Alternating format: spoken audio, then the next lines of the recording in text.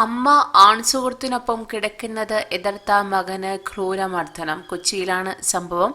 ആൺസുഹൃത്തിന്റെയും അമ്മയുടെയും മർദ്ദനമേറ്റ 12 വയസ്സുകാരൻ ആശുപത്രിയിൽ ചികിത്സ തേടി. മകന്റെ പരാതിയിൽ കേസെടുത്ത എളമക്കര പോലീസ് ഇരുവരെയും അറസ്റ്റ് ചെയ്തു. വേർപിരിഞ്ഞ് താമസിക്കുന്ന മാതാപിതാക്കൾക്കൊപ്പം ഇടയ്ക്കിടെ മാറി മാറിയാണ് കുട്ടി താമസിക്കാറുള്ളത്. നേരത്തെ അച്ഛനൊപ്പം താമസിച്ചിരുന്ന കുട്ടി കുറച്ചു കാലമായി അമ്മയ്ക്കൊപ്പമാണ് ഇപ്പോൾ കഴിഞ്ഞു വന്നിരുന്നത്.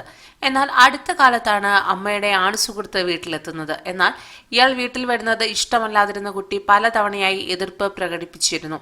തുടർന്ന് ആൺസുഹൃത്തും പിന്നാലെ അമ്മയും കുട്ടിയെ മർദ്ദിക്കുകയും ദേഹത്താകെ മാന്തി പൊളിക്കുകയുമായിരുന്നു. കുഞ്ഞ് ഇപ്പോൾ പിതാവിന്റെ സംരക്ഷണയിലാണ് കഴിയുന്നത്.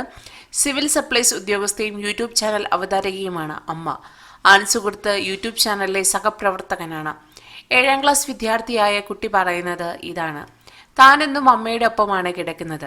ആ ചേട്ടൻ ഇടയ്ക്കിടെ വീട്ടിൽ വരുമായിരുന്നു. ഒരാഴ്ച മുൻപ് ഒന്നിച്ച് താമസിക്കാൻ തുടങ്ങി. എനിക്കത് ഇഷ്ടപ്പെട്ടില്ല.